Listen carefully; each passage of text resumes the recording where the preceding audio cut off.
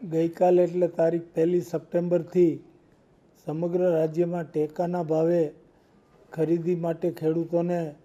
નોંધણી કરવાની પ્રક્રિયા શરૂ કરવામાં આવેલ, પણ પહેલો દિવસ હોવાથી એકસાથે ખેડૂતોની મોટી સંખ્યામાં નોંધણી માટેની માંગણી આવતા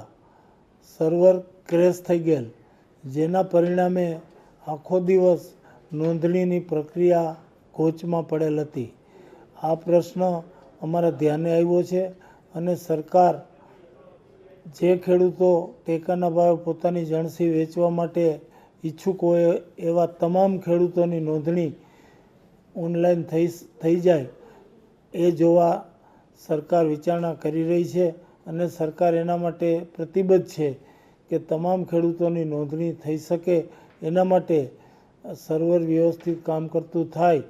અને તમામ ખેડૂતોની નોંધણી થઈ શકે અને જરૂર પડે તો આ માટે સમય મર્યાદા લંબાવવાની પણ સરકારના વિચારણા હેઠળ છે. નોંધણી માટેની સમય મર્યાદા લંબાવવાનું પણ સરકારની વિચારણા હેઠળ છે, જેથી સૌ ખેડૂતો એની નોંધ લે અને ધીરજ રાખી શાંતિથી પોતાની નોંધણી ઓનલાઈન કરાવી લે.